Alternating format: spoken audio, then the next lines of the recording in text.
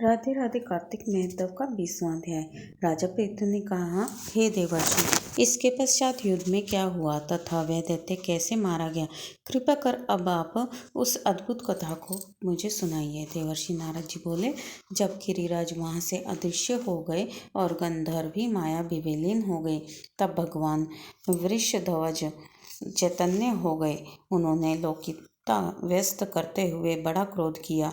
फिर भगवान शंकर जलंधर से युद्ध करने लगे। जलंधर शंकर के बाणों को काटने लगा, परंतु जब काट न सका तो उसने माया की पार्वती बनाकर अपने रथ पर बांध ली, जो शुंभ निशुंभ द्वारा विद्यमान थी और विलाप कर रही थी कि अब अपनी प्रिय पार्वती को इस प्रकार कष्ट में पड़ा देखकर लौकिक लीला दिखाते हुए भगवान शंकर प्रकट जनों की तरह व्याकुल हो गए और उन्होंने अग्निपुंज की तरह भयंकर रौद्र रूप धारण कर लिया। अब उनके रौद्र रूप को देखकर कोई भी दैत्य उनके सामने खड़ा होने में समर्थ न हो सका और सब दैत्य भागने छिपने लगे। यहाँ तक कि शुंभ निशुंभ भी युद्ध में स्थित होने को असमर्थ हो गए।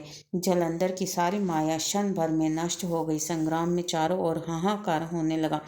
शिवजी ने उन भागते हुए शुंभ और निशुंभ को शाप देकर बड़ी धिक्कार दी और उनसे कहा, तुम दोनों बड़े दुष्ट हो। तुमने मेरा बड़ा अपराध किया है। तुम पार्वती को मारते थे और अब युद्ध से भागते हो। भागते को मारना पाप है, इससे अब मैं तुम्हें नहीं मारूंगा, परंतु गौरी तुम्हें अवश्य मारेगी। शिव जी के ऐसा कहने पर समुद्र पुत्र जलंधर क्रोध में अग्नि के समान प्रज्वलित हो उठा। उसने शिव जी पर घोर बाण वर्षा कर दी, पृथ्वी पर अंधकार कर दिया। तब उस दैत्य की ऐसी चेष्टा देखकर भगवान शंकर बड़े ही क्रोधित हुए तथा उन्होंने अपने चरण गुप्त से बनाए हुए सुदर्शन चक्र को चलाकर उसका सिर काट लिया। एक प्रचंड शब्द के साथ उसका सिर पृथ्वी पर गिर पड़ा और महान हाहाकार होने लगा।